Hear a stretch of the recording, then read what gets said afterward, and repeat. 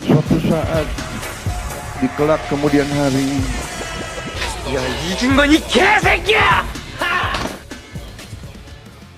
Indonesia dipastikan tidak akan ikut memproduksi massal jet tempur KF-21 Boramae.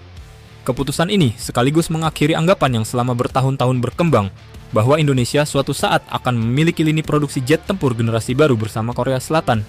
Namun di balik keputusan tersebut, terdapat satu fakta yang justru menimbulkan tanda tanya. Indonesia tetap akan memperoleh satu unit prototipe KF-21. Sekilas keputusan ini terdengar membingungkan. Jika Indonesia tidak ikut memproduksi pesawat tersebut, mengapa tetap memperoleh prototipe? Apa manfaatnya?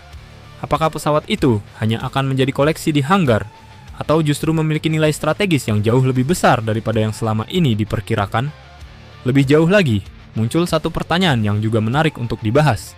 Bukankah sejak awal Indonesia bergabung ke dalam proyek KAF-21 agar dapat ikut membangun industri pesawat tempur modern? Lalu, mengapa pada akhirnya justru berhenti sebelum memasuki tahap produksi? Apakah Indonesia sebenarnya mengalami kerugian? Ataukah keputusan ini justru merupakan pilihan yang paling realistis? Itulah yang akan kita bahas pada video kali ini. Mengapa Indonesia tetap memperoleh prototipe? Prototipe tersebut merupakan bagian dari hak Indonesia sebagai mitra pengembangan setelah kedua negara menyepakati skema kerjasama yang baru. Artinya, meskipun Indonesia tidak ikut memproduksi massal KF-21, Indonesia tetap memperoleh hasil dari keterlibatannya selama proses pengembangan. Jadi, satu unit prototipe ini bukan bentuk belas kasihan, bukan pula hadiah, melainkan bagian dari hak yang memang telah disepakati. Namun, jika hanya memperoleh satu unit prototipe, apakah manfaatnya benar-benar sebesar itu? Apa manfaat satu unit prototipe? Inilah bagian yang sering disalahpahami. Sebagian orang menganggap satu unit prototipe tidak memiliki nilai karena tidak dapat membentuk satu skuadron. Padahal fungsi prototipe memang bukan untuk memperkuat kekuatan tempur. Fungsinya adalah memperkuat pengetahuan. Melalui satu pesawat tersebut, pilot TNI Angkatan Udara dapat mempelajari karakteristik KF-21 secara langsung. Teknisi dapat memahami prosedur pemeliharaan, inspeksi, hingga sistem avionik yang digunakan. Sementara industri nasional memperoleh referensi nyata mengenai bagaimana pesawat tempur modern dibangun dan dipersiapkan untuk beroperasi. Dengan kata lain, yang diterima Indonesia bukan sekadar sebuah pesawat, melainkan akses terhadap pengalaman yang tidak dapat diperoleh hanya melalui dokumen atau presentasi. Namun, bukankah sejak awal masyarakat Indonesia menginginkan sesuatu yang jauh lebih besar daripada sekadar memperoleh pengalaman?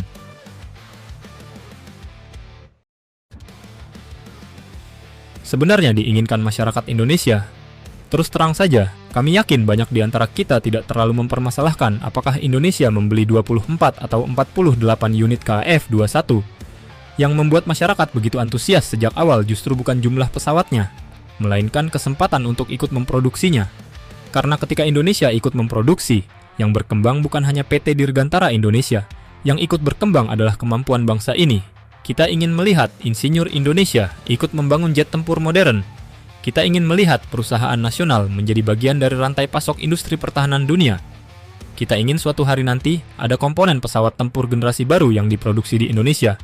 Itulah mimpi yang sejak awal membuat proyek KF-21 terasa begitu menarik. Lalu, jika kesempatan tersebut tidak ada, apa yang sebenarnya hilang?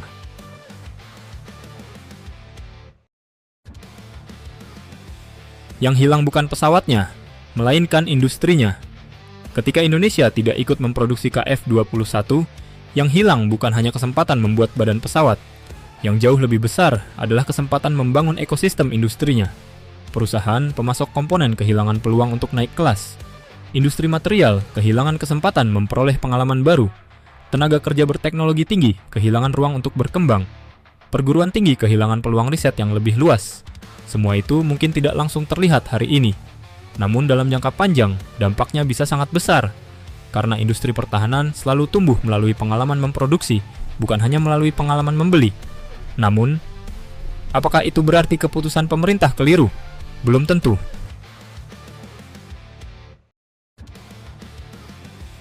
Mungkinkah ini memang pilihan paling realistis?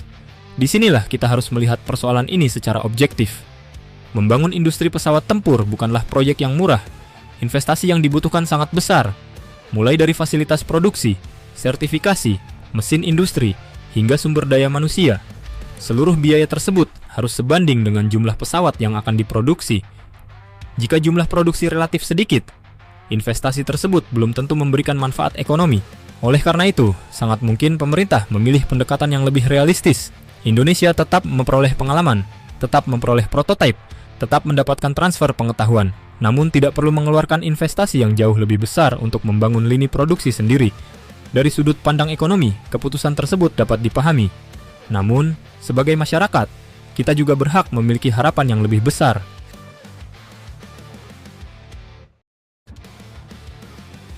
Indonesia tidak rugi, tetapi juga belum mencapai cita-cita besar.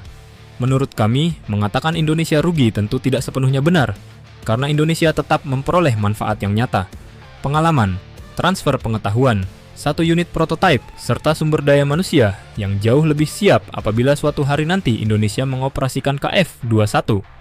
Namun, mengatakan Indonesia telah memperoleh seluruh tujuan yang diharapkan juga kurang tepat. Karena cita-cita terbesar masyarakat bukan sekadar memiliki jet tempur modern. Cita-cita terbesar kita adalah melihat Indonesia mampu ikut membangun teknologi pertahanan kelas dunia, mampu memproduksi, mampu bersaing, dan mampu berdiri sejajar dengan negara-negara maju. Mungkin kesempatan itu belum datang melalui KF-21, namun mudah-mudahan pengalaman yang diperoleh hari ini menjadi batu loncatan agar pada proyek berikutnya Indonesia tidak lagi hanya menjadi pengguna, melainkan benar-benar menjadi produsen. Jadi, mengapa Indonesia tetap memperoleh prototipe meskipun tidak ikut memproduksi KF-21? Karena prototipe tersebut bukan sekadar sebuah pesawat. Ia merupakan hasil dari keterlibatan Indonesia dalam program pengembangan sekaligus menjadi sarana untuk mempelajari teknologi pesawat tempur modern. Namun di sisi lain, kita juga tidak dapat menutup mata bahwa banyak masyarakat berharap Indonesia mampu melangkah lebih jauh, bukan hanya membeli, bukan hanya mengoperasikan, tetapi juga memproduksi. Karena bangsa yang benar-benar mandiri bukanlah bangsa yang hanya mampu menggunakan teknologi, melainkan bangsa yang mampu menciptakan teknologi. Lalu, bagaimana menurut Anda? Apakah keputusan ini sudah menjadi langkah yang paling realistis? Ataukah Indonesia seharusnya tetap memperjuangkan kesempatan menjadi bagian dari produksi massal KF-21? Silakan sampaikan pendapat Anda di kolom komentar.